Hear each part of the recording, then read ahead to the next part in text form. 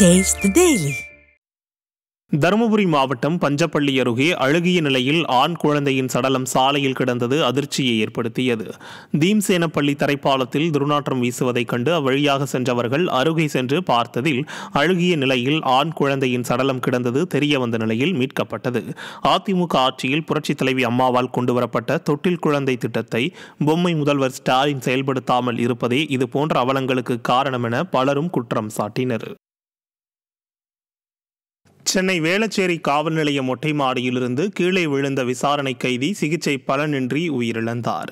கடந்த 20ஆம் தேதியன்று ராம்நகரில் சுற்றுச்சுவர் மீது மர்ம நபர் ஏறி குதித்ததாக தகவல் தெரிவிக்கப்பட்டதை அடுத்து உத்தரப்பிரதேசத்தைச் சேர்ந்த ராஜா என்பவர் பிடிக்கப்பட்டார்.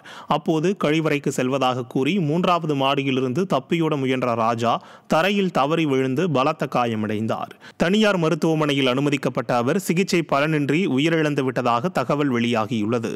விடியா ஸ்டாலின் அரசின் நேவல் துறையின் அலட்சியமே விசாரணை கைதியின் உயிரிழப்பிற்கு காரணம் என பலரும் குற்றம் சாட்டுகின்றனர். திருவண்ணாமலை மாவட்டம் ஆரணி அருகே 4 கோடி ரூபாய் மதிப்பிலான சொத்து பத்திரத்தை முன்னாள் ராணுவ வீரர் கோவில் உண்டியலில் செலுத்திய சம்பவம் பரபரப்பை ஏற்படுத்தியது. கோணையூரைச் சேர்ந்த முன்னாள் ராணுவ வீரர் விஜயன் என்பவர் தனது மனைவியுடன் ஏற்பட்ட கருத்து வேறுபாட்டால் 4 கோடி ரூபாய் மதிப்பிலான பத்திரத்தை படவேடு ஸ்ரீ ரேணுகாம்பாள் கோவில் உண்டியலில் காணிக்கையாக செலுத்தினர். இதனை அறிந்த மனைவி மற்றும் மைத்துனர்கள் விஜயனை தாக்கியதுடன் கொலை மிரட்டலும் விடுத்தனர். விடியா திமுக ஆட்சியில் ஏவல் துறை மீது சிறிதும் பயம் இல்லாததால் முன்னாள் ராணுவ வீரருக்கே பாதுகாப்பில்லாத வகையில் சட்டம் ஒழுங்கு சீரழிந்து விட்டதாக குற்றம் சாட்டப்படுகிறது. அபகரிக்கிறதுக்காக என்னை கொலை பண்ணி அந்த சொத்து அபகரித்து பார்க்குறாங்க.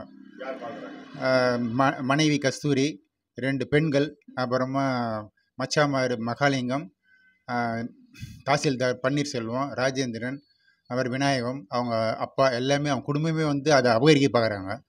அது அபகரிக்காமல் அதை தடுத்து நிறுத்தி இந்த சொத்து முழுதுமே கோயிலுக்காக போகணும், ரேணுகம்பா கோயிலுக்கே சேரணும்னு சொல்லிட்டு நான் ஆசைப்பட்றேன்.